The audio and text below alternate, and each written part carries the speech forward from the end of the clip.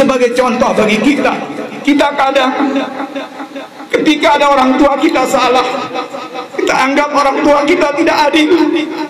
Kita mengatakan ini tidak pantas sebagai orang tua karena lebih sayang kepada anak yang sebelah. Na'udzubillah. Jangan sampai kita sebagai anak mengucapkan kata-kata seperti itu kepada orang tua kita. Bagaimanapun kesalahan orang tua kita, wajib bagi kita untuk berbakti. Jangan melihat kekeliruannya. Seorang wanita walaupun dia bersujud sampai habis umurnya, seumur hidupnya bersujud, lalu dia mati, tapi suaminya tidak ridho, tidak ada nilainya ibadahnya, maka bisa saja ucapan ibu-ibu atau tingkah laku atau pelayanannya yang pernah membuat sakit hati suaminya.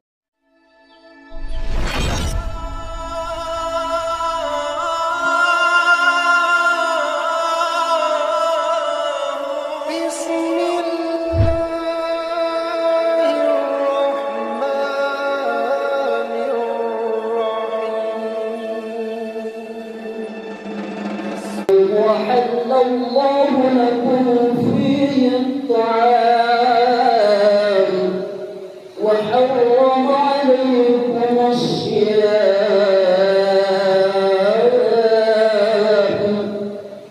فإذا صعد الخطيب على المنبر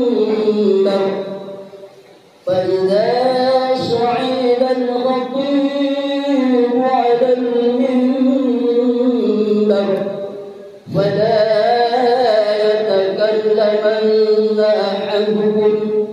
الله أكبر ولله الحمد. الحمد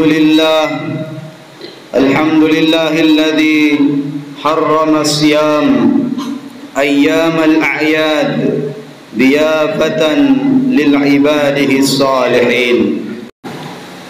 Jangan kita beda-bedakan apakah bapak kita atau ibu kita, keduanya adalah orang tua kita. Jangan kita merasa sudah sukses, sudah berjaya, lalu kita mengatakan tidak ada sangkut pautnya orang tua kita, tidak ada jasanya orang tua kita. Na'udzubillah min dzalik. Sekiranya kita berpikir, merenung, kita lahir di dunia ini dulu tidak bawa apa-apa, sehelai benang pun tidak. Yang mensekolahkan kita, yang memberikan kita harta adalah orang tua kita. Lalu ketika kita sudah sukses, kita mengatakan tidak ada sangkut pautnya orang tua kita. Maka anak seperti ini adalah anak yang durhaka. Tidak boleh kita mengatakan hal seperti itu. Begitupun kita dulu lahir, bicara pun tidak bisa. Ibu bapak kita yang ajarkan kita mengatakan ibu atau bapak. Orang tua kita yang mendidik kita bisa berjalan. Lalu setelah kita kuat, kita sudah bisa apa-apa, kita lupa kepada orang tua kita. Na'udzubillah min dzalik. Maka datang kepada kedua orang tua kita, minta maaf kepada mereka. Jangan melihat kekeliruannya, kesalahannya, kekhilafannya. Pandanglah bahwasanya kesalahan orang tua kita urusannya dengan Allah Subhanahu wa taala. Kita sebagai anak wajib berbakti kepada kedua orang tua kita. Jangan sampai kita sebagai anak merasa sudah sukses, merasa sudah berjaya. Apalagi ada orang yang sampai kalah dengan istrinya, sampai dia lupa dengan orang tuanya sendiri. Na'udzubillah min dzalik. Kita banyak beristighfar, kembali ke orang tua kita, pikirkan mereka. Mereka adalah orang yang wajib kita berbakti kepadanya. Sekalipun kita ibadah seumur hidup bersujud, kalau orang tua kita tidak ridho, tidak ada nilainya ibadah kita. Mesti kita pikirkan. Dulu di zaman Nabi Musa alaihissalam, Allah subhanahu wa ta'ala berfirman kepada Nabi Musa alaihissalam. Apa firman Allah? Wahai Musa, sesungguhnya engkau nabi dan engkau akan masuk surga, tetapi ada seorang pemuda yang akan menjadi tetanggamu di surga. Maka Nabi Musa mengatakan, siapa dia ya Allah? Kau cari dia. Kemudian Allah berikan alamat tempat pemuda itu. Maka Nabi Musa penasaran, apa amalan pemuda itu sehingga akan menjadi tetangga Nabi Musa di dalam surga. Ketika Nabi Musa bertemu dengan pemuda itu, maka Nabi Musa kaget luar biasa. Ternyata pemuda yang dikatakan ahli surga dan derajatnya, kedudukannya sama dengan kedudukan Nabi Musa. Namun ketika Nabi Musa kedatang ke rumahnya, pemuda itu memelihara 2 ekor babi. Dia mandikan babi itu, dia bersihkan, kemudian dia bopong babi itu, dia masukkan ke dalam rumahnya. Ini kisah ada dalam kitab Lujain karangan Imam Nawawi Al-Bantani. Lalu Nabi Musa ragu, ini bukan pemuda yang dikatakan oleh Allah. Masa pemelihara babi akan menjadi temanku di surga?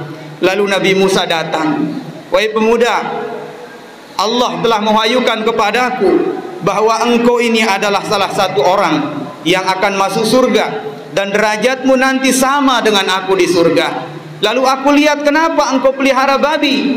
Maka apa kata pemuda itu? Oh, jangan salah wahai Nabi Allah, wahai Nabi Musa, kedua babi ini adalah orang tuaku. Karena di zaman Nabi orang kalau bermaksiat langsung dilaknat, dikutuk jadi kera, dikutuk jadi babi, ada yang dikutuk jadi batu, langsung diazab.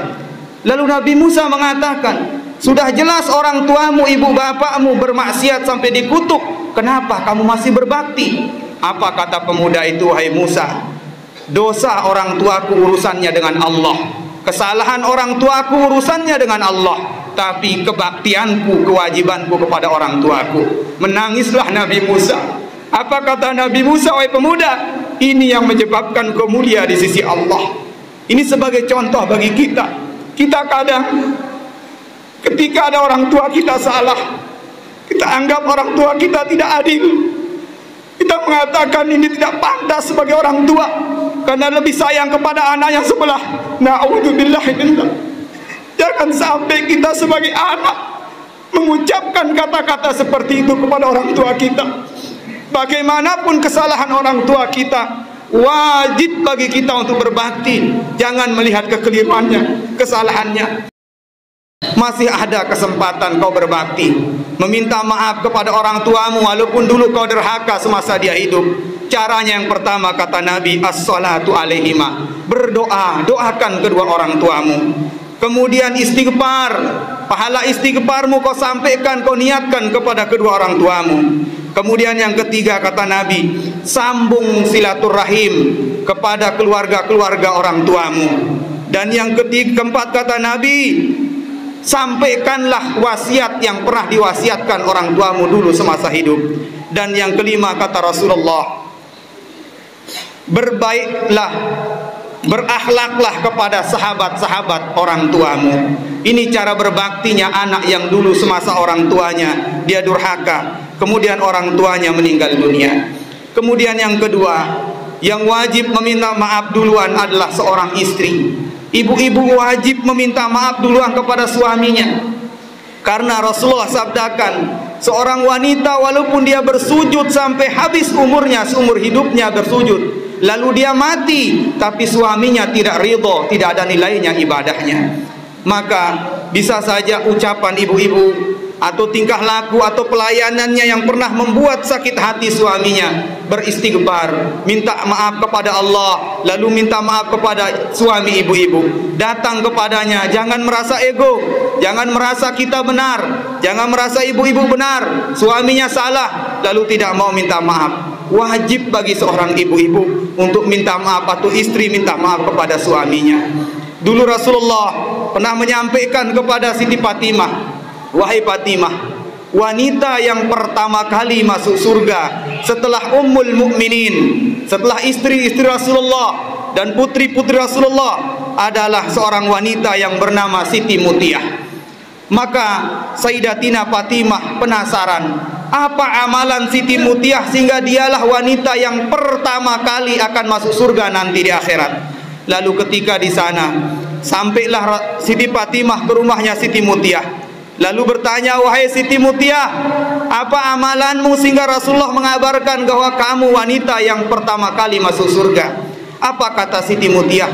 Tidak ada amalanku yang spesial, tidak ada, biasa saja. Tapi kata Siti Mutiah, setiap suami saya pulang, maka ini cambuk, ini rotan saya serahkan kepada suami saya. Lalu saya bilang, wahai suamiku, kalau ada ucapanku pernah menyakiti hatimu hari ini, dan tingkah lakuku pernah menyakiti hati engkau wahai suamiku hari ini.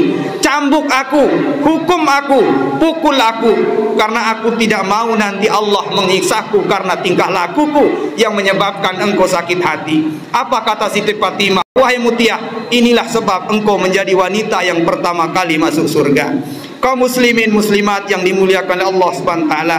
Kemudian kewajiban kita adalah untuk saling memaafkan sesama kita, sesama saudara muslim kita. Jangan sampai ada dendam dengan hati kita, dengan saudara kita. Jangan sampai ada iri hati, dengki sesama kita. Karena Rasulullah Allah berfirman dalam Al-Quran, "Faman 'afa wa aslaha fa ajrahu 'ala Allah." Barang siapa yang saling memaafkan kemudian berlaku baik kepada saudaranya, maka Allah menjamin baginya, Allah sendiri akan berikan pahala kepadanya. Rasulullah pun bersabda, "Ismahu yusmah lakum." Berbuat baiklah kalian, saling maafkanlah kalian, maka Allah akan memberikan maaf kepadamu. Lalu Rasulullah bersabda, "Afdalul iman as-sabr was-samahah." Setinggi-tingginya iman, sebaik-baiknya iman adalah orang yang memiliki sifat sabar dan samahah, yaitu tasammuh.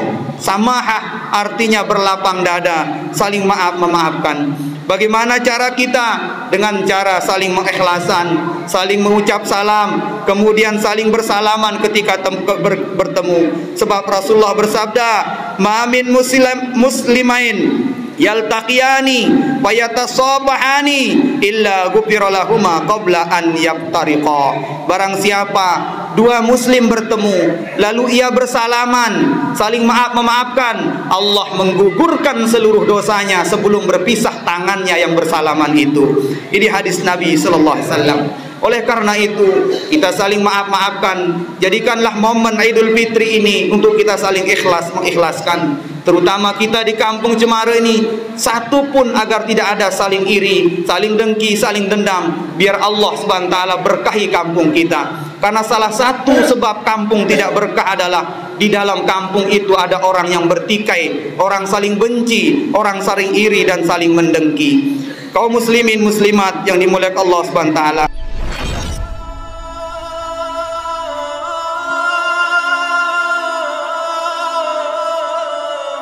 Bismillah.